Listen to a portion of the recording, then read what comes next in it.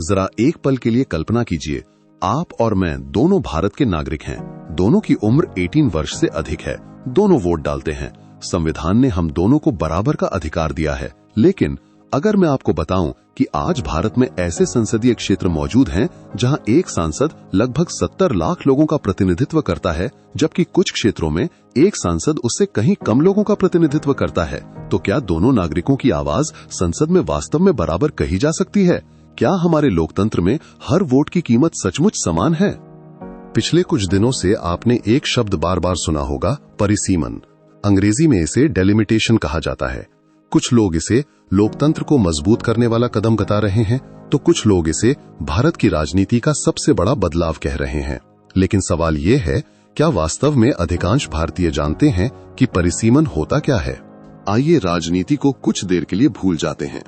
मान लीजिए एक स्कूल में 100 विद्यार्थी हैं। स्कूल ने तय किया कि हर कक्षा में 20 विद्यार्थी होंगे, यानी कुल 5 कक्षाएं बन गईं। कुछ वर्षों बाद उसी स्कूल में विद्यार्थियों की संख्या बढ़कर 250 हो गई, लेकिन कक्षाओं की संख्या अभी भी सिर्फ 5 है। अब एक कक्षा में 50 विद्यार्थी हैं, कहीं 60 और कहीं केवल 25। क्या ये व्यवस्था उचित होगी? बिल्कुल नहीं। स्कूल क्या करेगा? नई कक्षाएं बनाएगा, छात्रों का पुनर्वितरण करेगा, ताकि हर कक्षा में लगभग बराबर विद्यार्थी हों। भारत में भी लगभग यही सिद्धांत लागू होता है। यहाँ कक्षा की जगह होती है लोकसभा निर्वाचन क्षेत्र, विद्यार्थियों की जगह होती है मतदाता और नागरिक, और कक्षा के शिक्षक की जगह होते हैं सांसद। जब किसी क्षेत्र की जनसंख्या बहुत बढ़ जाती है और किसी दूसरे क्षेत्र की कम बढ़ती है, तब दोनों क्षेत्रों का प्रतिनिधित्व समान नहीं रह जाता।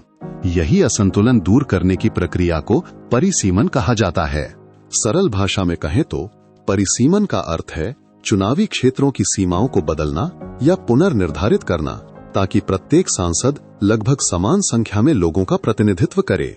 ध्यान दीजिए, परिसीमन का मतलब नए राज्य बनाना नहीं है। परिसीमन का मतलब चुनाव कराना भी नहीं है। इसका मतलब केवल ये है कि समय के साथ बदल चुकी जनसंख्या के अनुसार निर्वाचन क्षेत्रों की सीमाओं की दोबारा समीक्षा की जाए। सबसे महत्वपूर्ण बात, परिसीमन किसी राजनीतिक दल का विचार नहीं है, ये भारत के संविधान की व्यवस्था है। संविधान के अनुच्छेद 82 के अनुसार प्रत्येक जनगणना के बाद संसद कानून बनाती है और उसके आधार पर एक स्वतंत्र परिसीमन आयोग निर्वाचन क्षेत्रों की सीमाओं का पुनर्निर्धारण करता है। अर्थात इसका मूल उद्देश्य किसी दल को लाभ पहुंचाना नहीं, बल्कि बदलती जनसंख्या के अनुरूप प्रतिनिधित्व को संतुलित रखना है।